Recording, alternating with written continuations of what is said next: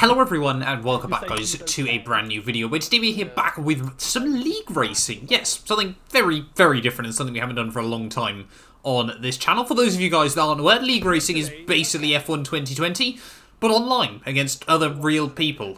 Yeah, it's as simple as that. It's always good fun. I've been getting more and more comments recently though from you guys sort of asking why I don't do any league racing, and to answer that, I do. I just have a separate channel for a lot of it. I don't do much league racing on F1, I must admit, over the course of F1 2020. I've been really getting stuck into iRacing and more recently Gran Turismo Sport. So if you guys are interested in sort of like league racing or competitive racing online against other people, if you go down in the description below and check out my Matt212 racing channel as well, obviously you'll find a lot more stuff like this over there. You will also find the full race footage from today's race as well. So obviously if that's something you're interested in as well, make sure you go check it out.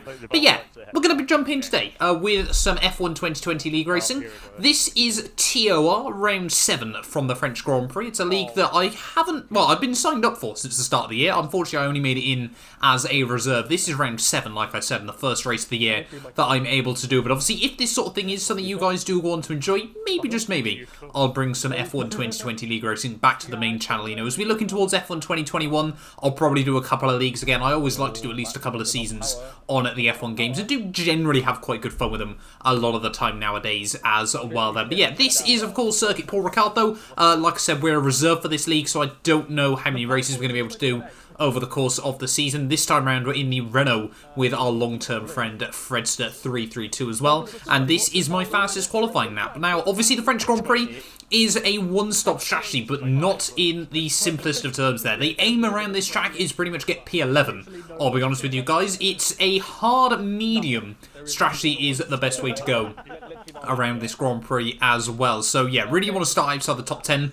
as close to the top 10 as you possibly can on a set of hard. So that's why I've gone out on a set of medium tyres here, because if we make it into the top 10, then obviously we'll still have the strategy to do the one-stop. But again, obviously, if you qualify on the set of softs, you're basically locking yourself in for a two-stop strategy, unless you want to be really careful on the tyres. So this lap wasn't the greatest in the world, I'll be honest with you. It is going to be a lot better than our first lap, though, and it's actually going to be a 1:29.441, which wasn't too bad at the end of the day. You can see when the end of the session did rock around, we were currently sat in P10 there, but luckily the Ferrari of Minty did go quicker there, which puts us straight down into P11, which again is all I could really ask for from this one. I don't really have too many massive aims from this race or anything like that. I just want to get to the end, enjoy it, and have a bit of fun with it there. As you can see, Sims goes even faster on a 27.5, so very good lap by him on the medium tyres there as well. And you can see, yeah, we're still sat down in P11 at the moment, but by the end of the session we would get relegated to P13 there,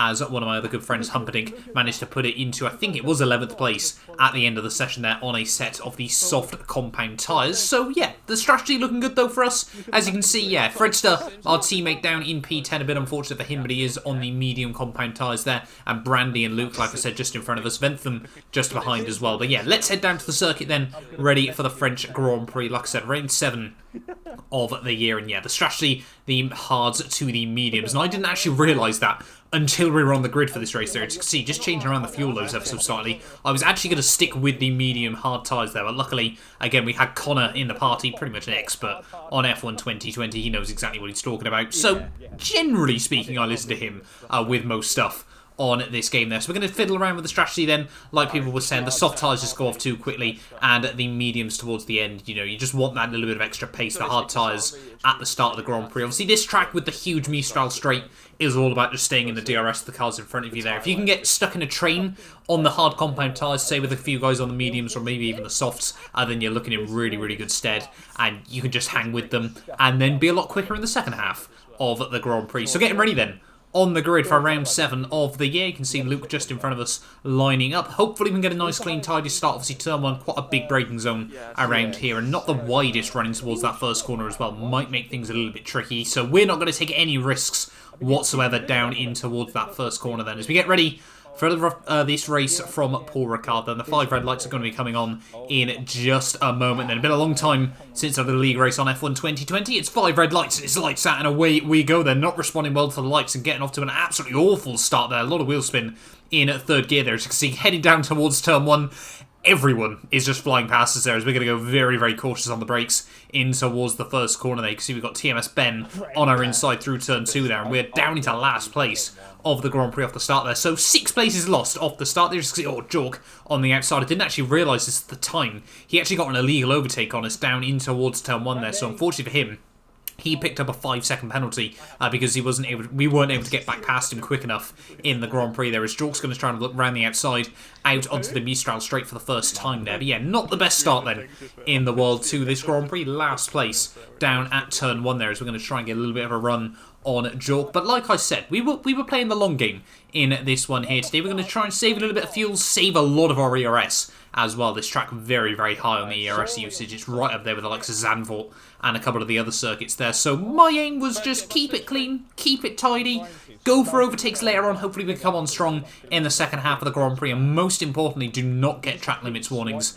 as well there. It's not a particularly difficult track for warnings, so I was hoping, you know, if we could just keep it clean, maybe if a couple of other people picked up penalties, we could pick up a couple of spots. But of course, if we got a penalty, we were almost definitely going to lose places towards the end of the Grand Prix there, because yeah, I would have thought a lot of cars around this circuit aren't going to struggle with track limits. And then of course, you know, if you're going to get a penalty, you're probably going to get jumped by someone who's stuck behind you in the slipstream, just not willing to go for a move because they don't need to at the end of the day there. But it's actually Minty who leads at the end of lap 1 there. I think it was Pepsi P2 ahead of Sims by the end of the first lap there. We're still down in last place as we head back down in towards turn 1 there, but that's TMS Hayden getting that first turn completely wrong, so we should be able to look around the outside of him, and we are making progress then at last in this Grand Prix there. Back up into P18 as we head onto lap 2 here, and now the aim is just to see how high up the order we can climb by the end of the day there. But yeah, like I said though,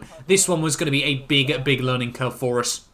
I think I worked it out. It's been about 5 months since we last did an F120 league race here, as well. As you can see coming towards the end of that 2 there, TMS Ben having a really weird lockup as we head in towards, I think it was turn 10 and turn 11, I want to say. And yeah, we are going to therefore move back up into P17 there, jumping both of the racing points on lap 2. But again, the important thing here is just making sure you're staying in the DRS of the cars in front of you here. You get stuck without DRS, you're just going to go backwards, and you're just not going to be able to match the cars in front of you anymore. As you can see, Jork and Matt there just in front of us. Sims sets the new fastest lap of the Grand Prix as he's now back up into P2, trying now to keep up with Minty as well there, as we set a 134.5 there. As you can see now onto lap 4 of the Grand Prix. We've got Jork now just in front of us as we head back down in towards turn 1 and turn 2 there. Just getting a little bit of wheel spin as we slide the back end of the car through the second turn, even though I should say, as the camber sort of falls away from you. But luckily for us, yeah, we were able to stick in the DRS of the guys just in front of us there. You can see we've got Ventham, Finn there. We've got Devlar on the inside who spam his McLaren there. I think there was a bit of contact between him and someone else there, and he's going to instantly retire from the Grand Prix there. So very frustrated for him there. But I mean, it's going to move us up into P16 of the Grand Prix there. So I think we've got, is that Finn and Matt battling? I think it is, down in towards the chicane there, as Finn's going to be hung out to try and keep the nose there, as well as Jork's now going to try and line up a move on the exit there, and it seems like Flying Finn's soft tyres even, I should say, are already going off in this Grand Prix there, as he's just going backwards at this stage of the day. They're already with a 3-second time penalty as well, so it really hasn't been the start that Flying Finn wanted in this race there, as we're going to just sit behind him in towards turn of 10 and turn 11 here. We might be able to try and get a run in towards the final couple of corners. It depends on whether he's going to try and pit anytime soon in this Grand Prix as well there. As you can see, just heading through the next couple of turns, Finn just does not have the grip on those soft tyres there, and he is actually going to peel into the pit lane at just the end of lap 4 here, so really not the start of the day that he would have wanted. And luckily for us, it means he's out of the way. We didn't have to risk a move as well through a couple of the twistier bits of the lap, and now we are still certainly tucked up behind Jork still in this Grand Prix. And again, saving the overtake mode as well at this early stage, still at over 80% as we cross over the finish line there. And you can see by the end of the next lap, up to 90%.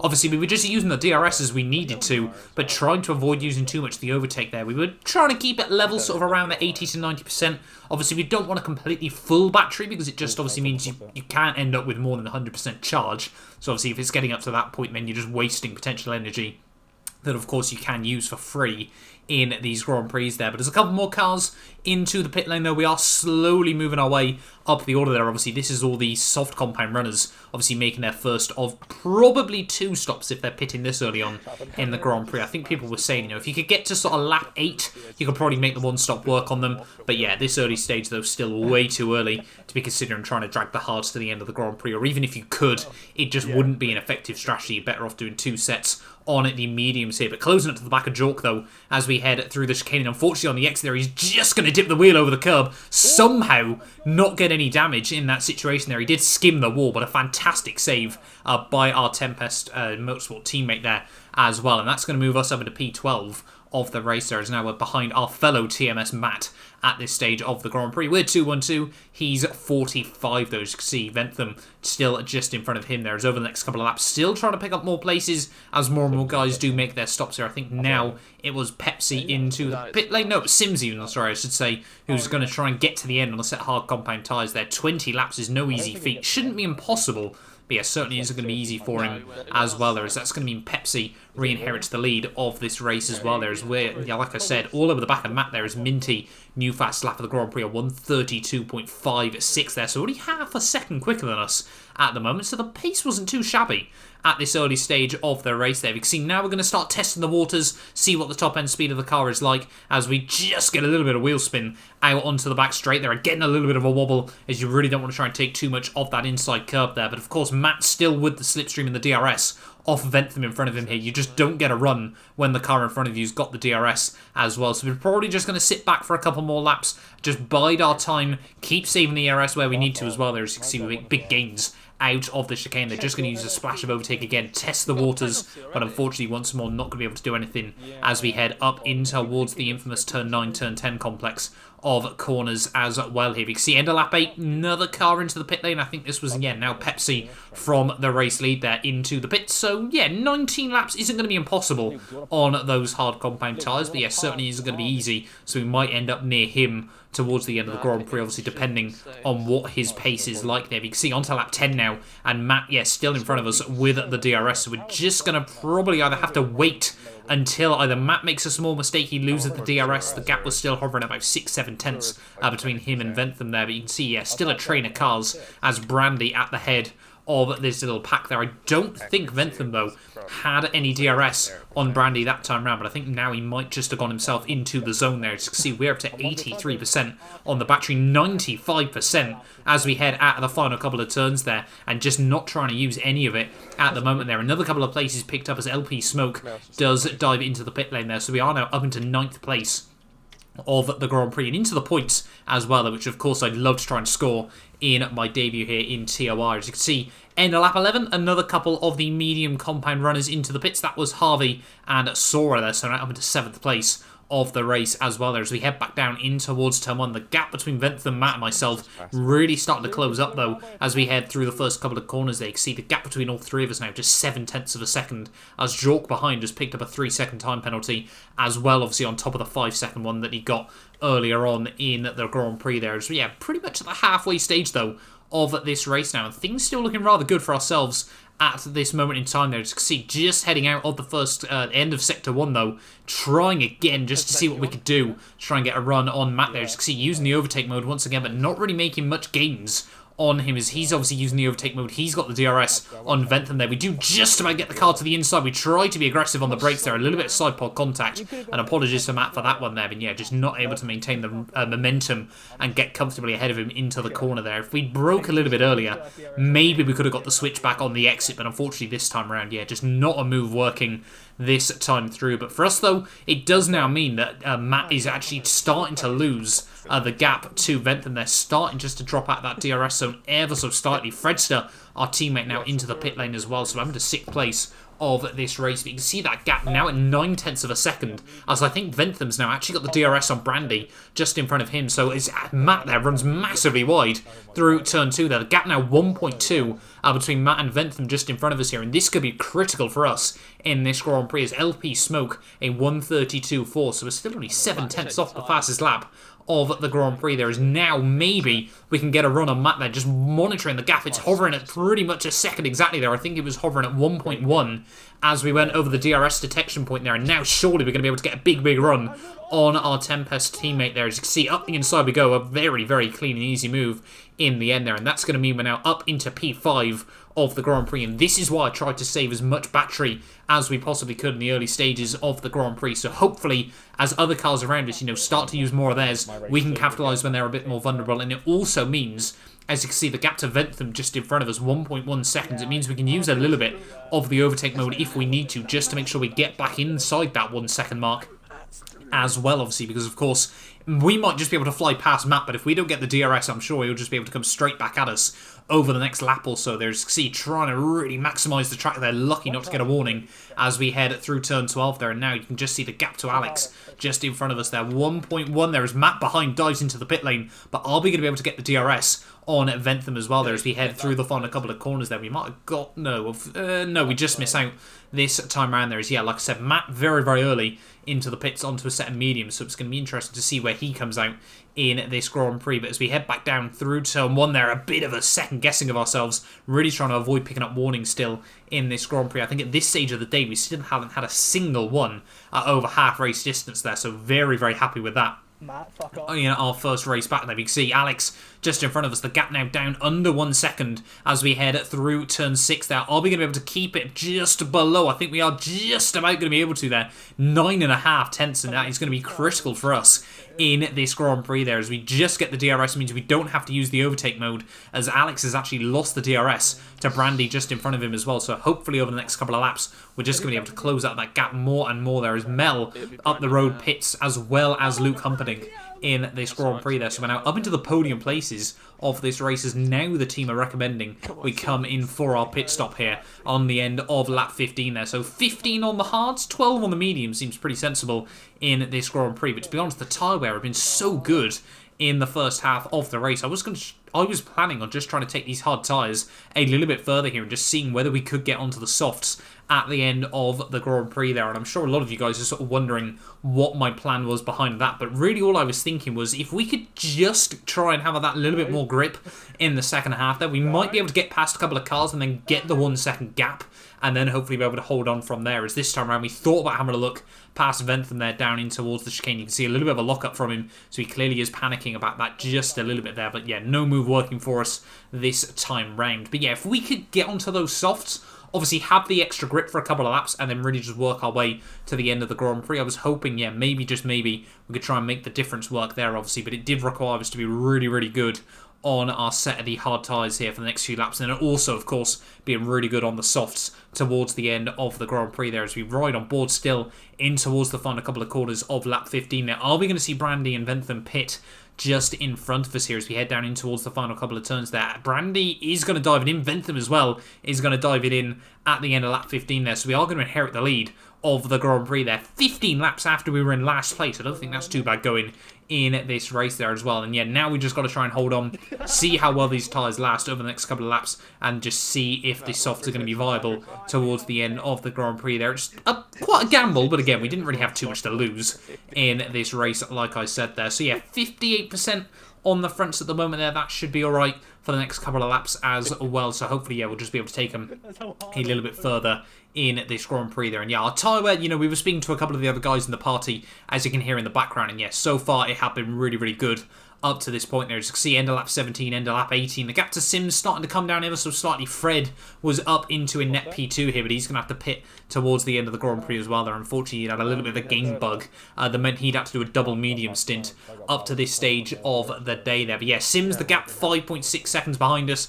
as yeah, we are probably going to have to dive it into the pits at the end of this one here. It was that fine gamble between taking the hards long enough that obviously we could get onto the softs there, as we finally pick up our first warning of the day there. I was a little bit gutted with that one there, as we just ran the wheel on to the white line there. But, all's fair still at this late stage, and as long as we don't pick up a penalty, that, of course, is the most important thing at the moment there. But yeah, these hard tyres, though, very, very much now starting to hit the cliff on this lap here. So really, yeah, we are going to need to pit at the end of this one and then just pray we can keep the softs in check to the end of the Grand Prix. There's the gap to Sims now just dips under the 5-second mark there. We're still pretty good on the overtake mode.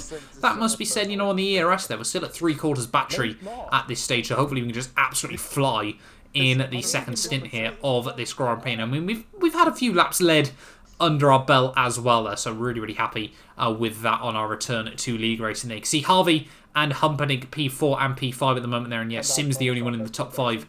Fred even, I should say, the only one in the top 5 who has picked up a penalty so far, as we're going to go for a much more sensible and legal line into the pit lane there. Make sure we get the car slowed down nice and tidily, and now it's just going to be a case of seeing where we re-emerge in this Grand Prix. Looking on the mini-map, it seems like Matt has got the jump on Brandy here at the moment, so it's going to be interesting to see how that unfolds in towards the final third of this race there. But a nice, clean, tidy stop. 2.6 wasn't brilliant. We didn't respond all too well to it either as we head back out of the pit lane here. And you can see Brandy's going to fly past us. Matt's going to fly past us as well. Hopefully we'll come out between Ventham and Hayden here, but it's not looking good as we get back on the power out of the pit lane here. It seems like Brandy, yeah, is going to be a long way up the road. Hayden's just going to sneak out in front of us as well, so not ideal with just 9 laps to go there. And a couple of the guys, yeah, very, very confused why I'd gone onto this strategy, but again, like I said, it was all a bit of a learning curve, so we'll wait and see what happens towards the end of the Grand Prix there. Just see riding on board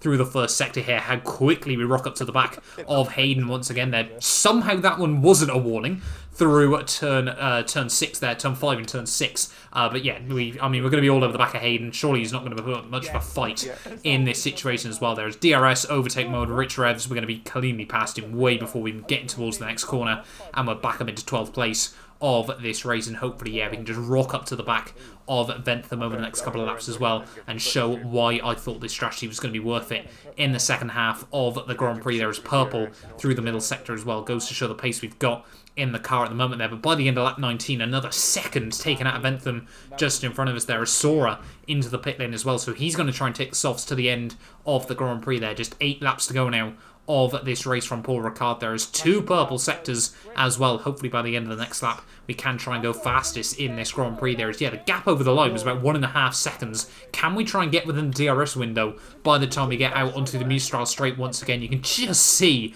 how quickly that gap is plummeting through the twisty bits here. We've just got so much more grip on these soft tyres. They're 6/10 up on my PB and purple through Sector 1 as well there, as we are just about going to get the DRS on Ventham just in front of us here, and the gap's still just plummeting at this stage of the day here. And I mean, we've really got to try and be quick but careful on these soft compound tyres here. Don't want to push them too hard, and of course just then completely fade towards the end of the race, potentially get jumped again by these guys. But also, you know, we want to use the grip, we want to use the pace advantage we've got to really try and get past these guys as well. There is now 1.1 up as we head out of Sector 2 here through Turn 10. We're still closing up on Ventham, and I do not want to be stuck behind him through this final sector here, so the opportunity is going to open up down the inside through Turn 11 there, and that is a critical move in this race. Up the inside we go of the Mercedes man, and up into the points of this Grand Prix once more there. And yeah, that was a bit aggressive, but I think certainly fair as well there, as we just had so much extra grip on the fresher, quicker rubber here. As now Matt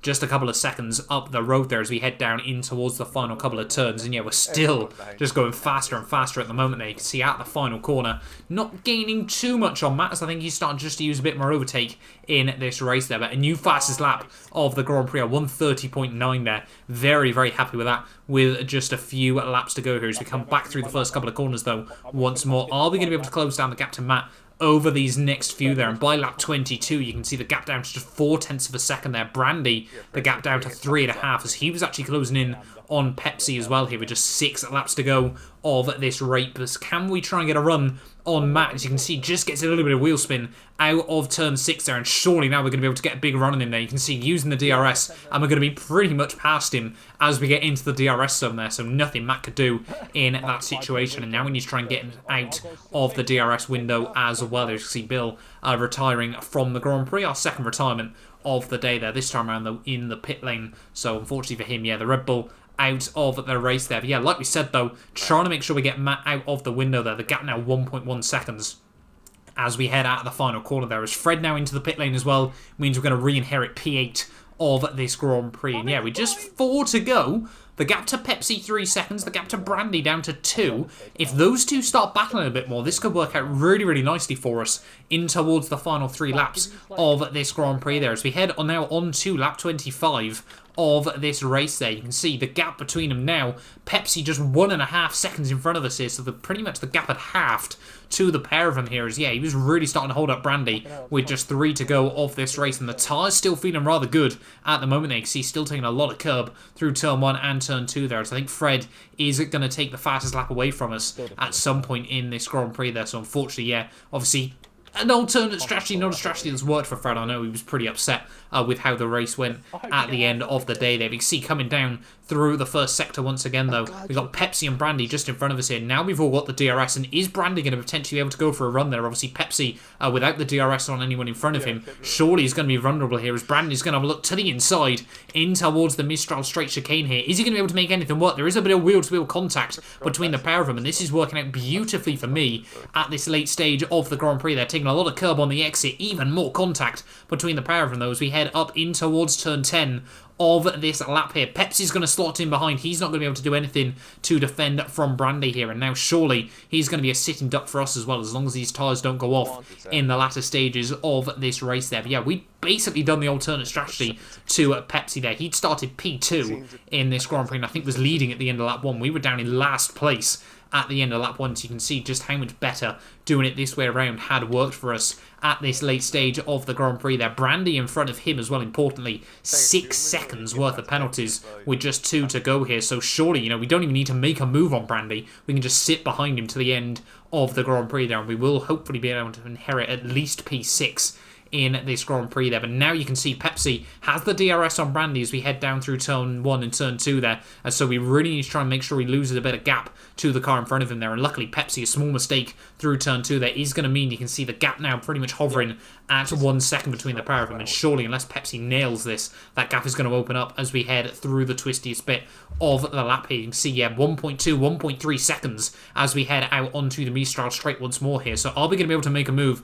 Is Pepsi going to lose 2 places in 2 laps? And again, this is why we've saved the battery right to the very end here, using pretty much all of it as we head past the Haas driver there, and now up into 7th place of the race with just a lap and a half to go here from Paul Ricard here. Remember, we were last at the end of lap 1, and yeah, with just a lap and a half to go up into P7 and net P6 of the Grand Prix, so things were looking really, really good for us at this latter stage of the Grand Prix there as we head now back down through turn 10.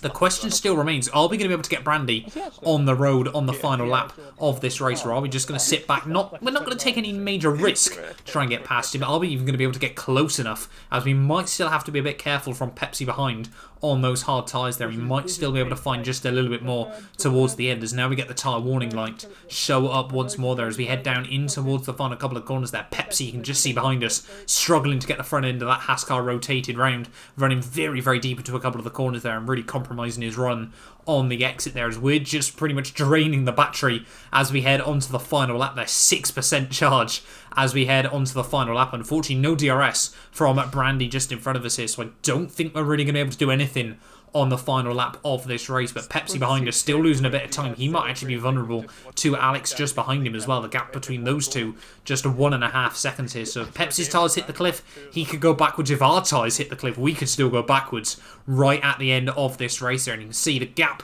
to Brandon, just 1.1 seconds as we cross over out onto the Mistral straight for the final time here. But now, like I said, again, pretty much just absolutely draining the battery. We've got nothing to gain and nothing really to lose at this late stage by doing so there. As you can see, LP smoke a bit further up the road with another 3-second time penalty here. And now, surely, as we get through the Mistral straight chicane for the final time, there's going to be nothing Pepsi can do to try and get to the back of us here. And again, it should be P6 if we don't make any stupid mistakes on the final lap of the Grand Prix. And if I do say so myself, what a return it would be to F1 League racing here. Like I said, starting and ending lap 1 at the very back of the field here. We certainly learnt a lot over the course of this race. I know strategy does come into it quite a lot around here, which really did come into our favour as well over the course of today. A couple of heavy hitters, unfortunately, having issues with that. But round the final couple of corners, though, Humperdinck is going to win from 12th place on the grid there. A fantastic job done by him in the Haas car there. I think it's going to be Harvey on the road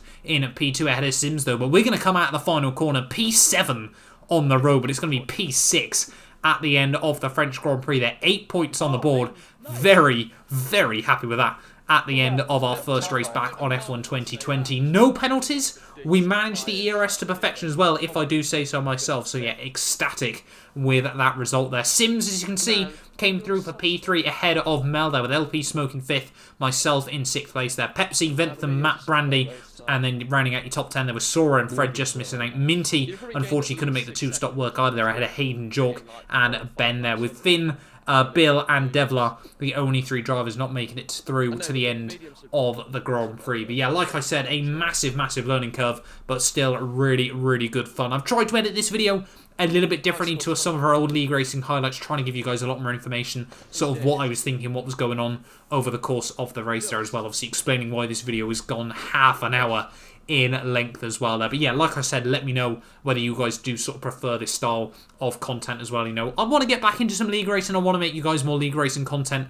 again, and I've always sort of thought, you know, leaving you guys as much information as I possibly can is always the way to go. And yeah, like I said at the start, if you guys want to see the full video from this race, there will be a link to it down in the comments below. Obviously, you can listen to us live commentating, sort of talking to our mates as well, just having a bit of fun with it over the course of this French Grand Prix. But yeah, it really was good fun. A massive, massive thank you to the guys that obviously run TOR as well, Pepsi and Hayden, for obviously letting us race. And yeah, hopefully, like I said, we can try and get in for a few more races in the second half of the World Championship. Next weekend, or next week even I should say, is Austria. So hopefully, yeah, we can have a good race around there as well. But you can see on your screens the final running order once again. I mean, Tempest, we were 2nd, 3rd, 4th, 6th, 7th, 8th, 9th, 10th, 11th, 12th, and 14th and 16th at the end of the day there. So not a bad job done by us when all is said and done there. You can see Luke only got the 1 warning. We obviously only got the 2. I think it was lap 18 and lap 23. There was Harvey only 1 warning as well. But thank you all so much for watching this video. If you have enjoyed, do make sure you leave a like, get yourself subscribed as well. And yeah, we will be back very, very soon with more, hopefully, more league racing content. A big thank you to our channel members for making these videos possible. You can be featured in these end clips as well as granted access to some other exclusive perks for just £1 a month by clicking the join button below.